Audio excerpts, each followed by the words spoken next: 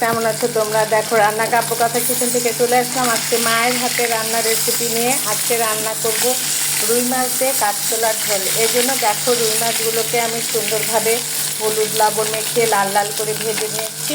রুই মাছগুলি ভাজাও হয়ে গেছে, এগুলিকে এখন আমি উঠিয়ে নেব।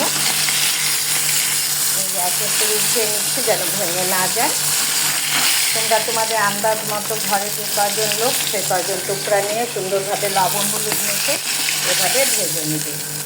ভেজে নেওয়ার পরে দেখো কাঁচা কলাগুলোকে এখানে আমি সুন্দরভাবে কেটে একটু হলুদের মধ্যে ভেজে রেখেছি যাতে আঁশগুলো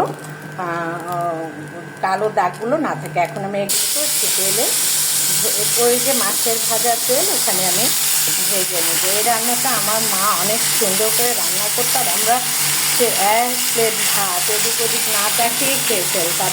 মায়ের হাতে রান্না হলে তখন। আর দেখো এখন আমি এখানে একটু লবণ দিয়ে দিলাম।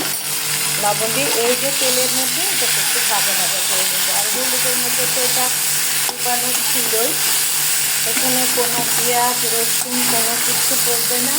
এটাতে শুধু আমি পাঁচফোড়ন দিয়ে রান্না করব। এই রেডি মাছগুলোকে ভেজে এখানে রেখে দিয়েছি।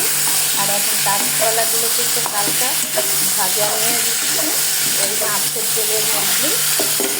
জাস্ট মাছের তেলে ভাজা হয়ে গেলে এইখানেই আমি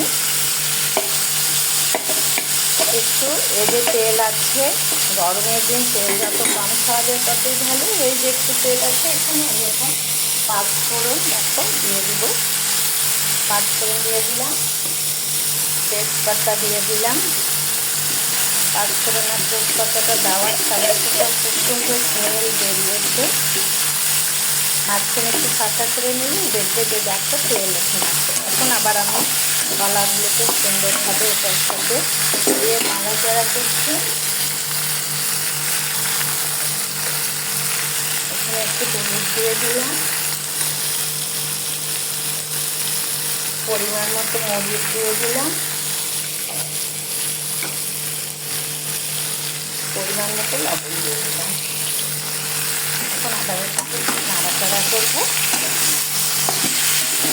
খুব সুন্দর একটা গন্ধ বেরিয়েছে। আর গরমের দিনে যদি এরকম একটা ঝোল করতে পারো জাস্ট চলবে যাবে। তোমরা আমার মতো এভাবে আমার মায়ের হাতে রান্না একবার করে খেয়ে দেখো যে কত মজা লাগছে।